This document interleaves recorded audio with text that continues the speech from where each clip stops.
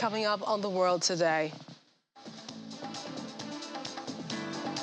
First grain ship leaves Ukrainian port under a landmark deal with Russia.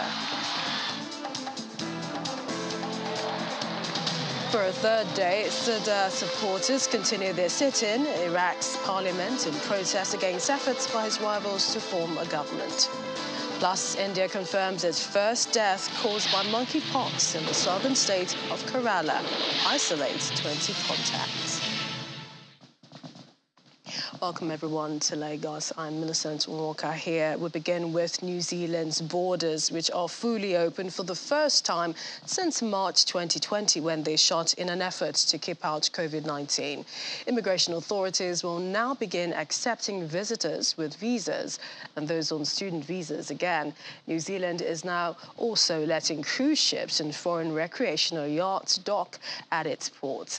New Zealand's borders started reopening in February for the New Zealanders, and restrictions have progressively eased.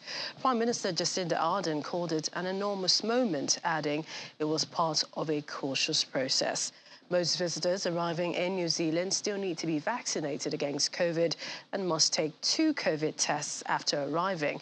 However, there are no quarantine requirements.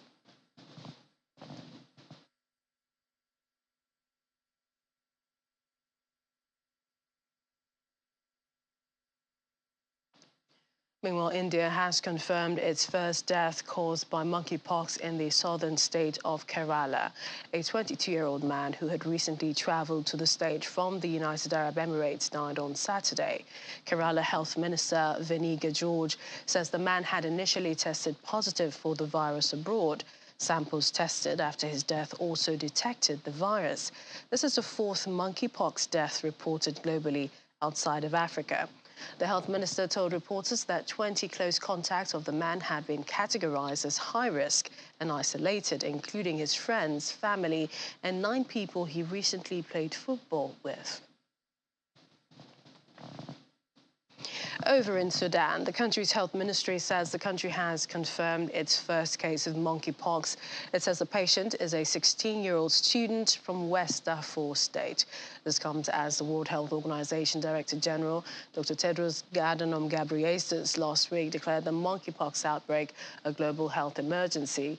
According to the U.S. Centers for Disease Control and Prevention, there are more than 21,000 cases worldwide so far.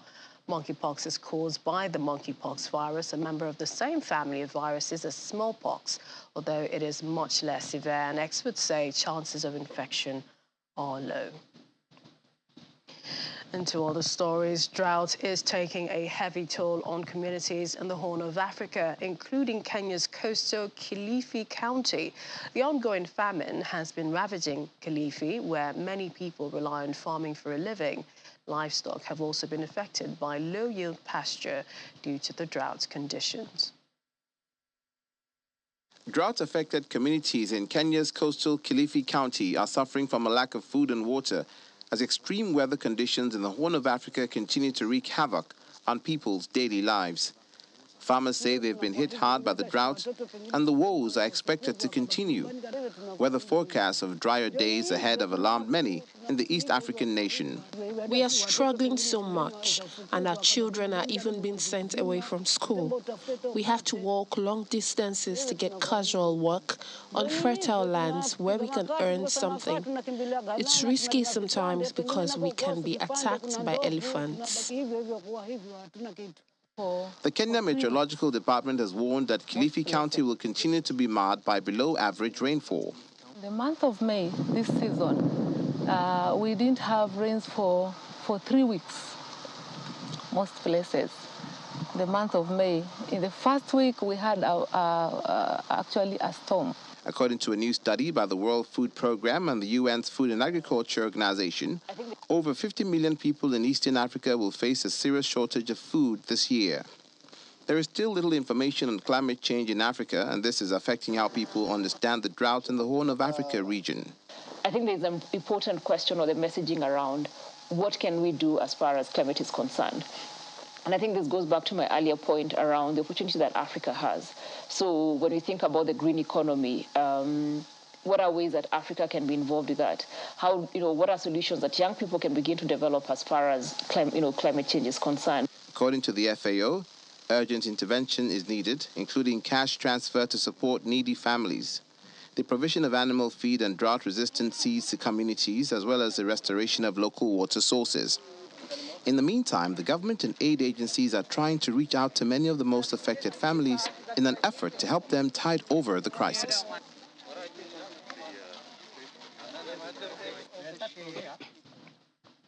And Italian firefighters have continued to battle blazes raging across different regions of the peninsula as the country waits for its worst drought in 70 years to end.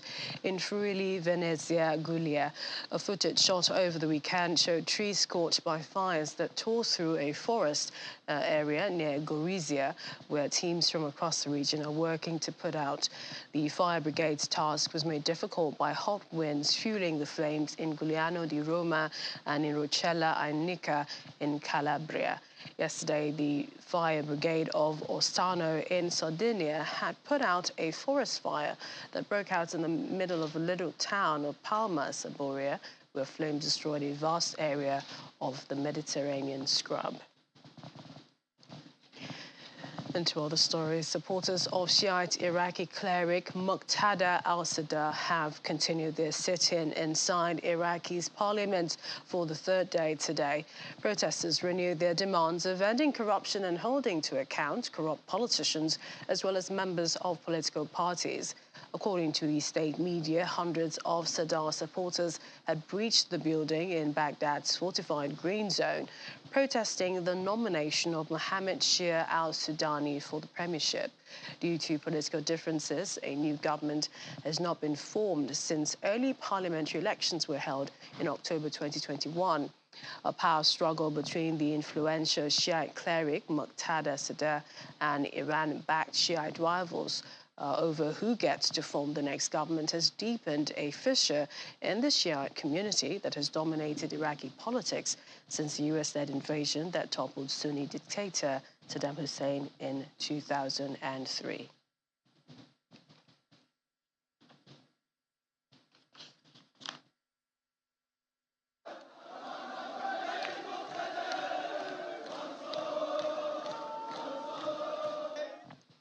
And the Hijra exhibition organized by Saudi oil company Aramco, which aims to highlight the most important event in Islamic history, Prophet Muhammad's migration from Mecca to Medina. The collaborative effort of many scholars and artists helps to revive the Prophet's migration journey of over 400 kilometers, which is accomplished within 8 days through a collection of artifacts, collectibles, documentary film, and a book. Our correspondent Abubakar Saliu attended the launch of the exhibition, which is titled Hijra, in the footsteps of the Prophet, held within the Isra Cultural Center in Dhahran, eastern province of Saudi Arabia, and filed in this report. The launch of the Hijra exhibition, which attracted the high and mighty in the Saudi kingdom, takes place within this architectural masterpiece, Isra Cultural Center. The building, shaped like stacked oil-bearing rocks, symbolizes prosperity and unity while standing near the country's first oil well. Rising 90 meters above the Dhahran skyline, Isra Cultural Center houses museums and galleries in its lower part, while hosting theater and a cinema in its middle part and a library at the top, thereby representing the past, present, and the future. Some of the organizers of the exhibition shed light on its objectives and effects.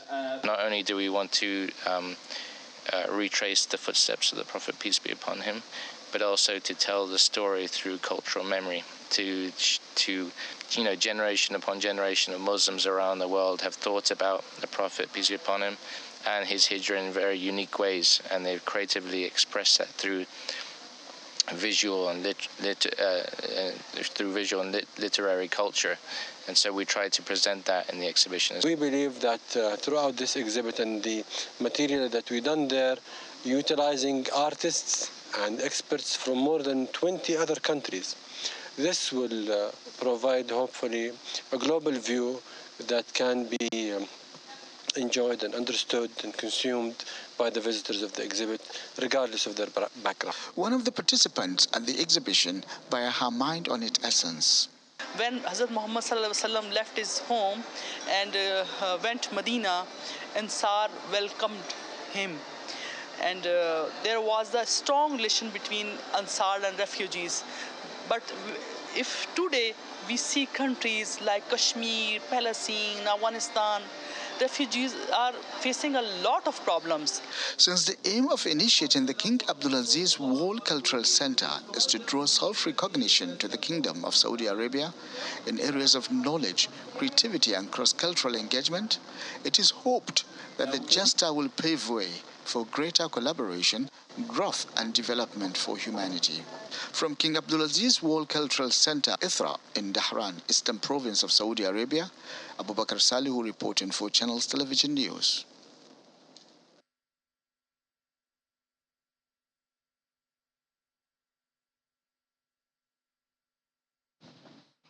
And United States House of Representatives Speaker Nancy Pelosi has met with Singapore's Prime Minister Lee Hsien Loong and President Hemla Yaqub for the first round of her Asia tour amid intense speculation that she may risk the wrath of Beijing by also visiting Taiwan. Yesterday, Pelosi's office announced that she was leading a congressional delegation to the region that would include visits to Singapore, Malaysia, South Korea and Japan, but made no mention of Taiwan.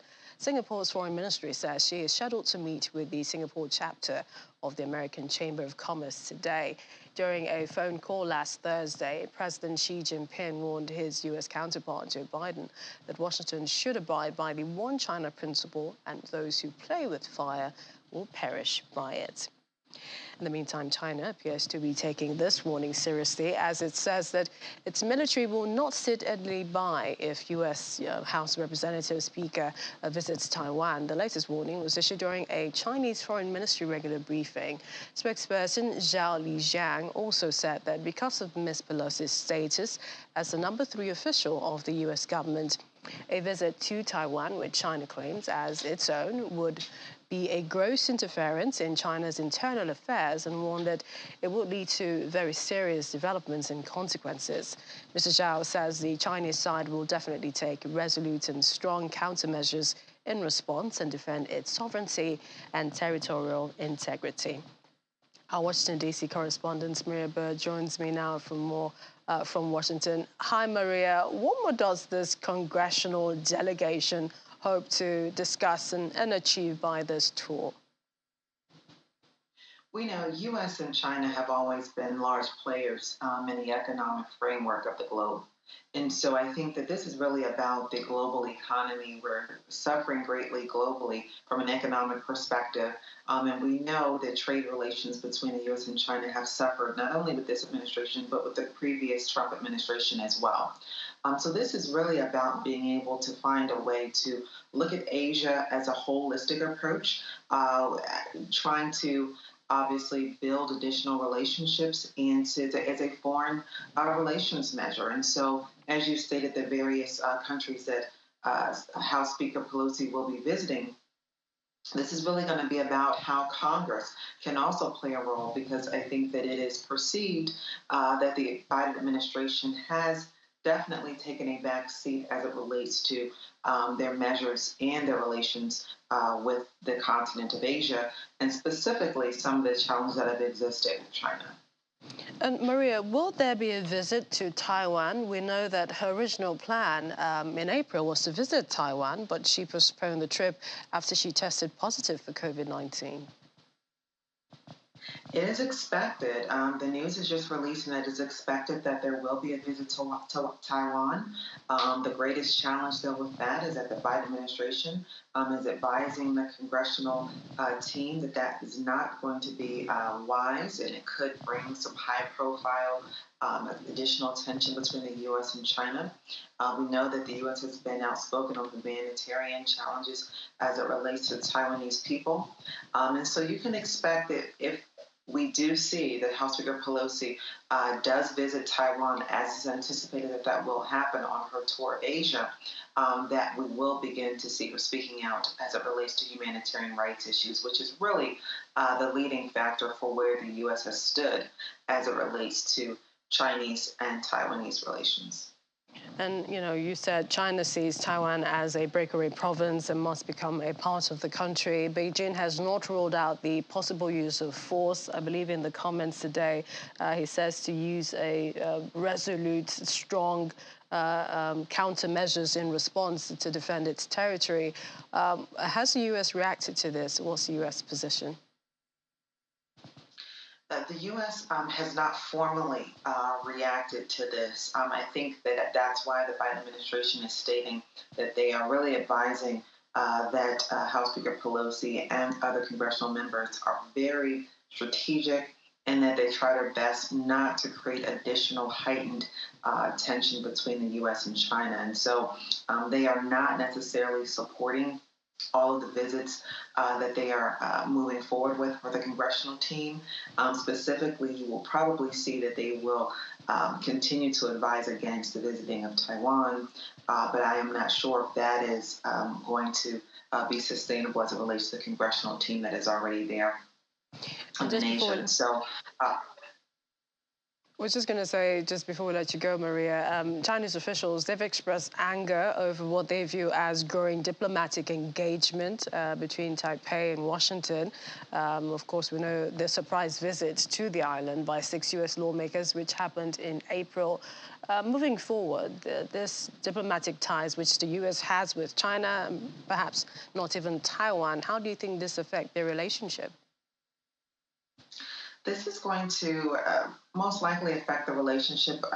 Congressional members and the lawmakers are hopeful that what this will do is this will spur conversations, and this will spur the focus again on U.S.-China relations. Obviously, there is many humanitarian concerns that exist between the Taiwanese and Chinese countries, but at this time, I think that this is hopeful that the U.S. and China, especially some of the economic challenges that have existed in the U.S., and knowing that China is one of the largest importers and exporters that the U.S. has. And so that is critical and key to the forward movement of the U.S. economy.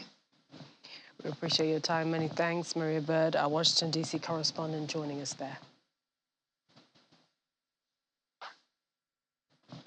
Well, staying in the United States, police in Arizona have released a video of personnel rescuing a woman who was trapped in her car by rising floodwaters in Apathy Junction on July 28th. Footage released by the Junction Police Department shows officers telling the trapped motorist to hurry and grab the rope so they can pull her out of the car as the water was rising. Although the driver was rescued, police said they were deeply saddened not to have retrieved the driver's dog from the car. At its last check, the department said family and friends were searching for the beloved pet. The Apathy Junction Police Department said they responded to more than 24 different calls for service related to flooding, and as monsoon rains continued, warned residents not to drive on flooded roads. The National Weather Service issued a flash flood warning for the junction and urged people to move to higher ground. Well, coming up on The World Today, we bring you the latest, and this is, of course, more on the United States and the wildfire. We'll also be talking about the latest, the Russia-Ukraine invasion with the grain shipment resumption. Stay with us. Welcome back. Now, the first ship carrying grain has left a Ukrainian port under a landmark deal with Russia. Turkish and Ukrainian officials say the ship left the southern port of Odessa early today. Russia has been blockading Ukrainian ports since February, while the two sides agreed a deal to resume shipments. It is hoped the deal will ease the global food crisis and lower the price of grain. Turkey said the Sierra Leone-flagged vessel, the Razoni, would dock at the port of Tripoli in Lebanon, adding that further shipments were planned over the coming weeks. The Joint Coordination Center set up in Istanbul under the deal said the ship was carrying some 26,000 tons of corn, but was expected to arrive at the Turkish waters for inspection on Tuesday. UN Secretary General Antonio Guterres welcomed the departure of the ship and hailed Turkey for its role in working to implement the agreement. According to Ukraine's Infrastructure Minister Alexander Kubrakov on Facebook, he says today Ukraine, together with partners, takes another step to prevent world hunger. Unlocking ports will provide at least $1 billion in foreign exchange revenue to the economy and an opportunity for the agricultural sector to plan for next year. Mr. Kubrakov added that 16 other ships were waiting to depart in the ports of Odessa region in the coming weeks. Last month's deal brokered by the UN and Turkey took 2 months to reach and is set to last for 120 days. It can also be renewed if both parties agree. Ukraine's Foreign Minister Dmytro Kuleba called the shipment a relief for the world and urged Moscow to respect its part of the deal. Under the terms of the deal, Russia has agreed not to target ports while shipments are in transit, and Ukraine has agreed that its naval vessels will guide cargo ships through waters that have been mined. Turkey, supported by the United Nations, will inspect ships to allay Russian fears of weapons smuggling. 3 ports in southern Ukraine, Odessa, Chernomorsk and Pivdeni, are expected to be the focal point of the exports.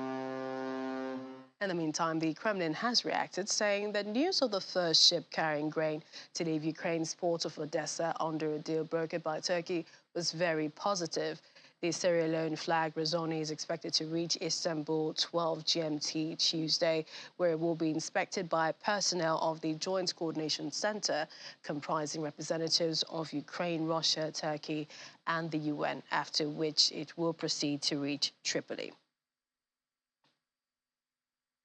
And to how it all started, a key global supplier of grains, Ukraine has struggled to get its product to buyers due to a Russian naval blockade of Ukraine's Black Sea ports. The blockade trapped tens of millions of tons of grain, stranding many ships, worsening global supply chain, along with Western sanctions stoking food and energy price inflation.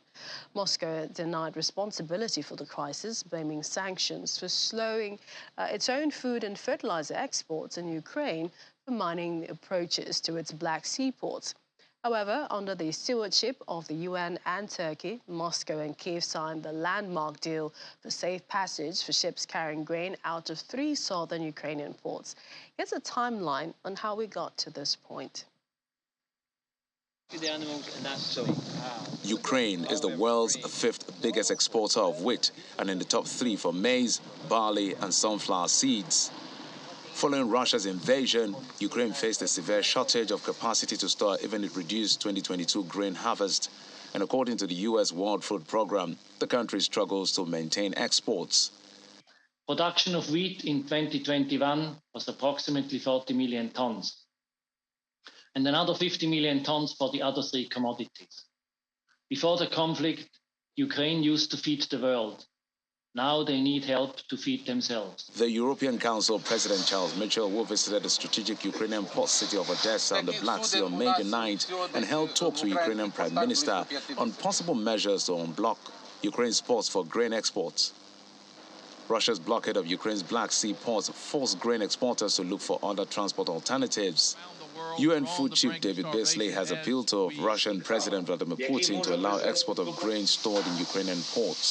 It's essential that we allow these ports to open, because this is not just about Ukraine. This is about the poorest of the poor around the world who are on the brink of starvation as we speak.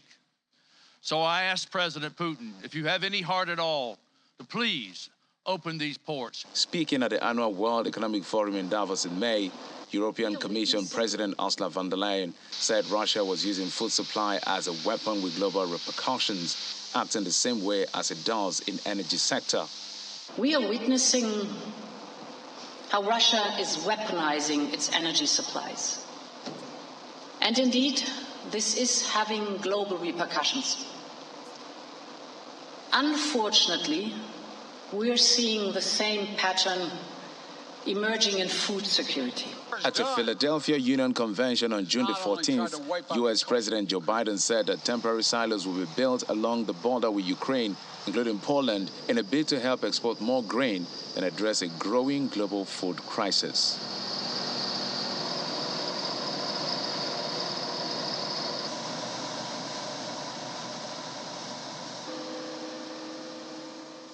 Confidence Macari is a geopolitical analyst. He joins me now for more. Hi, Confidence. Thanks for joining me. And finally, it's a sigh of relief as the first ships from the port of Odessa have set sail after inspections, coordinated corridors, and all. This is good news for the world, isn't it? Yeah, you can say that it's good news for the world. I mean, moments after the deal was announced, the price of wheat fell tremendously on the global stage. So it's quite a relief, not especially for Ukraine, but especially for countries who need these grain imports much more, much more worse than other people would. I'm talking about Lebanon, where the Rezoni is set to birth tomorrow afternoon. You know, Lebanon is chosen as one of the countries to receive the first grain exports from Ukraine's southern ports because of its dire situation and its government struggling to get its food subsidies up and running, and then the cost of its economic crisis from 4 years ago, and all of that. So yes, you could say that it's a win, and then it's also a strategic win for global cooperation since the start of this conflict. And Confidence, you know, last month's deal, which was when they did the signing in July, was thrown into chaos less than 24 hours after it was announced that, you know, Russia had launched 2 missiles at Odessa port. Some people are still skeptical with regards to this deal that's supposed to take 120 days. I mean, anything, something could still go wrong.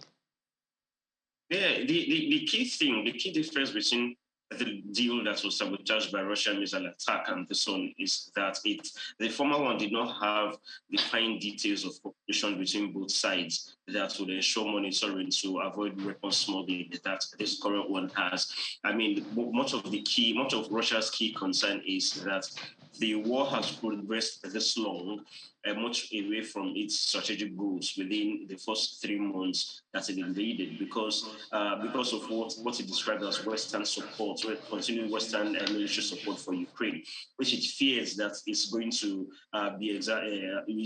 be made worsened by an opening of the port, which is also key to why it mined shipping lanes from Ukraine's southern seaport. So yes, that is a key difference, and yes. The questions arise concerning Russia's credibility, concerning its treaty obligations, not necessarily in this particular one where it has agreed to allow exports leave the seaports, but in terms of the general perspective on whatever peace deal that could be eked out from this conflict going so far. But at least this one has set sail. And I think whatever positive that can be drawn is going to be central into going to any negotiations to end the war going forward.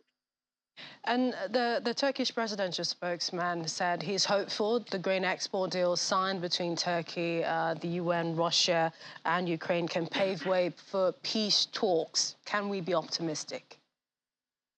Well, as I said earlier, this particular deal is a win for global cooperation, and even the Turkish spokesperson himself has said, sorry, he said that we can only hope, and we are cautiously optimistic of how much of an impact this would be. This particular deal was brokered by the United Nations, Turkey, and both factions, talking about Russia and Ukraine now.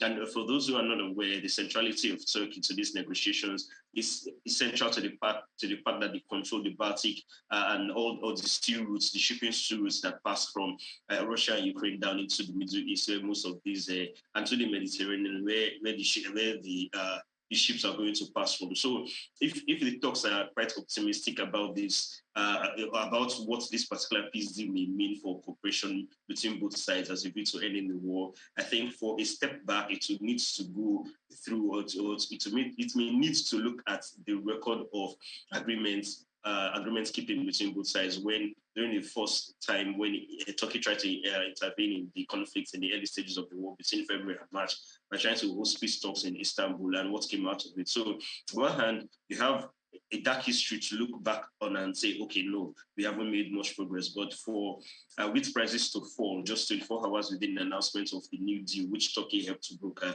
I think it could be a positive that they could take away and say perhaps there's actually peace on the horizon. And, you know, over the weekend, we saw some moves by President Vladimir Putin signing a new naval doctrine that casts the U.S. as the main rival, setting out Russia's global maritime ambitions for crucial areas like the Arctic and the Black Sea. Is Putin spoiling for a fight? You could say that. You could say that, but you could also understand from Putin's perspective that the decision to name the United States as Russia's #1 strategic adversary is not really done in isolation, given that if you look at the strategic doctrines of both the North Atlantic Treaty Organization and several American-led international alliances between America and its partners in the Pacific, there's usually a specific target, especially military objective or a military adversary in mind. The G7 strategically adopted China as its #1 threat, and within the same year, NATO also did the same thing. And so we are quite seeing the bipolarization of the world across East and Western fronts. It might be a Cold War 2.0, it might be something greater than the Cold War, but for Putin to actually come out and call the United States a strategic adversary, you could see in one particular aspect that it is a response to America and its Western military doctrine of choosing a particular military strategic adversary. In the past, NATO's strategic doctrine used to contain Russia as its #1 strategic threat. But recently, with the rise of China, we have seen China actively replace Russia in that particular one. So you could see from one particular angle that Russia is merely responding to what it perceived as U.S. tradition of naming a particular strategic adversary. On the other hand, its focus, the naval doctrine rather focused heavily on the geopolitics of the Arctic. And you know the kind of politics that goes on in the Arctic now is what the Russians are trying to do basically is trying to look for a northeast passage from Asia down to Europe, which the Russians are going to control. So it's all about the politics of water in the sense that the Arctic is a very strategic location for the Russians to control. And they are not actually waiting for the Arctic ice to melt. They're melting it themselves, given the quantity of ice-breaking machines between Russia and the United States. The United States trail very far behind. Russia has about 16 icebreakers, and the United States has only 2. So you could see on one hand that the Kremlin is not waiting for the ice to break. And of course, the concern for environmentalists saying that the rapid breaking of the ice through man-made equipment is going to offset so many environmental disasters, diseases, and the rest of that. But the Russians are not waiting and sitting around. So we are looking at the future right now, where people in the West are trying to prepare for the future, and they also in the East, they're also trying to play catch up. And the opening up of the Arctic, geopolitics of the Arctic, I think is going to take cooperation between both sides to a different level that we haven't seen in the previous years. Friends, do hold your thoughts there. Let's listen to the Russian Foreign Minister, Sergei Lavrov, who said that Moscow would soon be proposing a time for a call with U.S. Secretary of State Anthony Blinken, in which Blinken has said he wants to discuss an exchange of prisoners held in Russian and U.S. jails. We first learned about the proposed call by U.S. Secretary of State Anthony Blinken when we were in Africa, and he spoke on TV saying he was intending to get in touch with me over the phone. About a day passed before we received the official request. We are now coordinating over timings for the call. It should take place when I'm in my office. Clearly, that's unlikely to happen today. In the upcoming days, we will propose a suitable date to our American colleagues. Regarding the topics, we ask them to specify the issues they want to discuss. We have not received an answer yet, but apparently they have already spoken to the media outlets about that too. If we're talking about a prisoner swap between Russia and the United States, then the Foreign Ministry has already commented on that. This topic was discussed over a year ago during the Geneva meeting between Presidents Putin and Biden. They have agreed to authorize competent people to deal with these issues. The Foreign Ministry is not one of them. Nevertheless, I will listen to what he can say. Regarding the Ukrainian grain, it will probably be interesting to see how they're going to fulfill the commitments they've made in the context of the UN Secretary General's initiative. If we're talking about Russian grain, it was the American sanctions that did not allow the signed contract to be fully implemented. And regarding Ukraine and all the rest, I've heard Tony Blinken say he would not discuss Ukraine with me because the Ukrainians should represent their interests themselves, and the Americans have no right to work for them. But let me remind you, about a week ago, in one of my interviews, I said we don't have any prejudice against talks with Ukraine. At that very moment, a State Department... So we've heard the Russian foreign minister there speaking on a lot of things, but talking about US-Russia relations, he said Moscow would soon propose that time for that discussion, talking about the offer US basketball star Brittany Griner and former Marine Paul Whelan detained in Russia, and I believe in exchange for a convicted arms trafficker, Victor Bout. Jailed in the US as part of such a deal. Do you think that this call will hold? We know that both men, or maybe the US and Russia, haven't really spoken since before the February 24, Russia sent troops to Ukraine. Yeah, as you rightly mentioned, the conflict in Ukraine sort of severed relations and soured relations between both countries very deeply. As regards the question of whether that call will hold, I think it's more likely to hold. Given how much we are approaching the what's it called, the midterms, much towards the end of the year, and given President Biden's very detailed approval ratings in the country, I think this is a good showing. This is also time to get something to show to much of the voters during the midterms. We've seen inflation being the central point of Biden's similar popularity ratings in the country, and so I do think that given the high level exchanges we've seen between both foreign ministries, I think it's much more likely to hold. But on what the Americans are willing to give back in return of Brittany Griner or Whelan, I think it's much more a question of if they're willing to make that kind of a prisoner swap. Perhaps by the time the call takes place, a different person might actually have to be in the running. It might be, but I do think as regards your question whether the call is going to hold, yet it's actually going to hold, and such negotiations are going to take place. Let's look at what happened over the weekend. Authorities in Mykolaiv are saying that widespread Russian bombardments overnight killed at least 2 people. But yet again, we saw the attack on Olenivka detention facility. Moscow denied the attack, saying it's open to investigation. The ICRC, I believe, is on it, but they said they haven't been allowed to go in. Russia blamed the Ukrainians. Ukrainians are blaming the Russians. What do you think happened? This is mostly a case of he said, but I do think that we will not really get the clear picture of what exactly happened until months after an investigation has been launched. As to the possibility of an independent investigation, I do not have much faith in that. We are seeing the Russians say that the facility was hit by a high mobility artillery a weapon system. That's the HIMARS missile strike, which is launched from Ukrainian territory.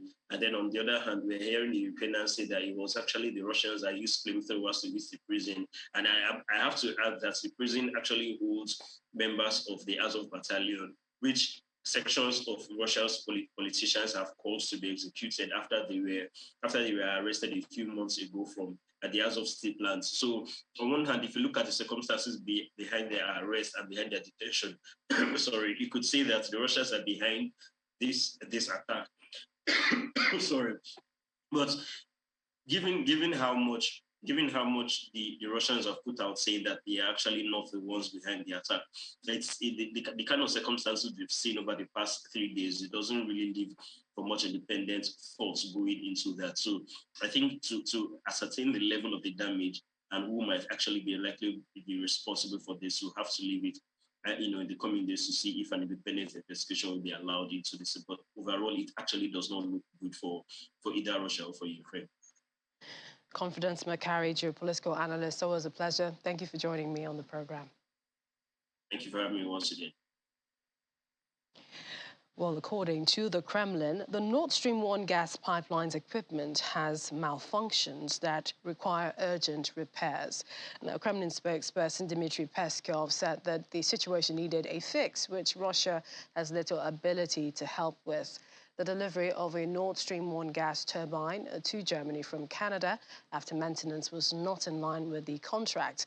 This is according to a Gazprom executive last week, signaling a deepening of a row in which Russia has cited turbine problems as its reasons for cutting gas supply via Nord Stream 1.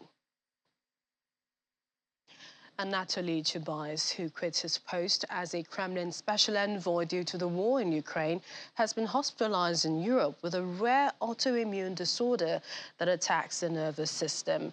Chubais has been diagnosed with Guillain-Barré syndrome, a disease caused by the immune system damaging the peripheral nervous system. Russian reporter and political activist Ksenia Sobchak quoted him as saying this on Telegram. It was unclear exactly where in Europe the 67-year-old Chubais, who left Russia immediately after resigning in March, was hospitalized. He could not be reached for immediate comment.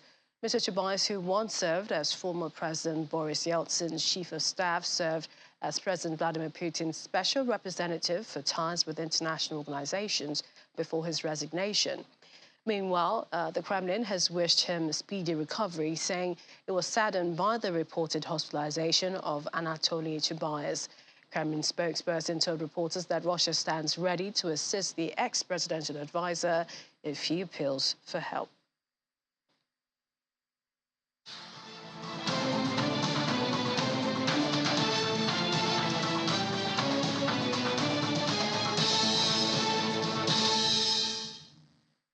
Still ahead on the program.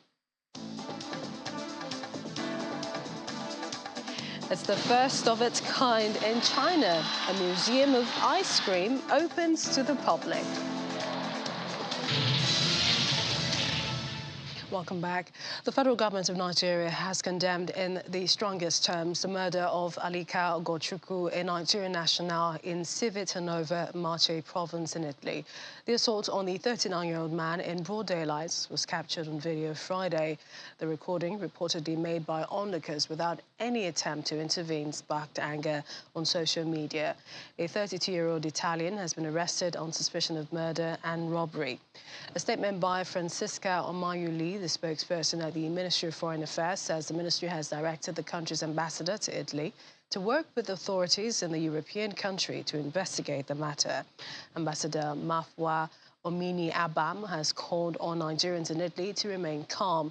The attack has also been condemned by Italian politicians. The UN Under-Secretary-General for Peace Operations has said the recent deaths of 5 peacekeepers in the eastern parts of the Democratic Republic of Congo has only strengthened their determination to bring peace to the unstable region. The statement was made earlier today at a base in the city of Goma during a tribute ceremony for 4 UN peacekeepers killed during anti-UN protests in the east last week. A tribute was also paid to another peacekeeper who died in the country fighting the M23 rebel group. The ceremony comes a day after UN peacekeepers opened fire and killed 2 residents in Kashindi, a town in DR Congo that borders Uganda. Frustration over what residents in the DR Congo see as an inability by the UN peacekeepers force to stop attacks by armed groups in the region has been brewing, erupting into violent protests last week. The protesters attacked 2 UN bases in Goma and in Butembo, where 4 UN peacekeepers were killed. And some of the 84 suspects arrested in likely connection with the rape of 8 women have appeared in the Kruger's Drought Magistrate Court today. Outside the court, placard carrying community members were protesting all through the day, demanding justice for all the victims. On Thursday, 8 women between ages of 19 and 35 were raped and robbed, allegedly by illegal miners near a mine dump in the area, Johannesburg. The crew was on a set to film a music video when the alleged suspects took turns to rape some of the victims. The film crew comprised 12 women and 10 men. Police Minister Bekesele and National Police Commissioner Fani Mesimola briefed the media today on the disturbing wave of crime in the country, as well as updates on the Cougars Drop incident. The minister yesterday met with families of the victims to commiserate with them. A team of investigators have been assigned on the issue. National Police Commissioner says they will leave no stone unturned in ensuring that the suspects linked to the crime will face the law. What happened in Krugersdorp is just a shame of the nation, Premier. We were lucky yesterday to meet the families and the survivors, those young kids. You hear the story, you imagine what happened, but when you see those people and you realize that they're not just a story, they are human beings, they are there, they are young, you talk to them, and you realize the destruction, which is not temporal. Some of those destructions are permanent with those kids. When you are given their names and their individual careers, some of them are artists, are singers, some are young models, are not just people that are on the street, are people that are really trying to make life better, as you see to them. So you could see then that whatever happened there is a destruction of futures. Not only them, is the rest of the women. On this note, let me take this opportunity to assure South Africans that the multidisciplinary team of investigators assigned to the West Village incident of multiple rapes of 8 young women, the South African Police Service will leave no stone unturned in ensuring that the suspects are ultimately brought to book. So far, all these 84, 81 that are appearing in court today, they have been found to be illegal in the country. They've been charged for being illegal in the country. And we are working on the investigation to see if some of those will be linked. The investigation will reveal whether they are linked or not linked. That is still on, but for now, they are being charged for being illegal in South Africa.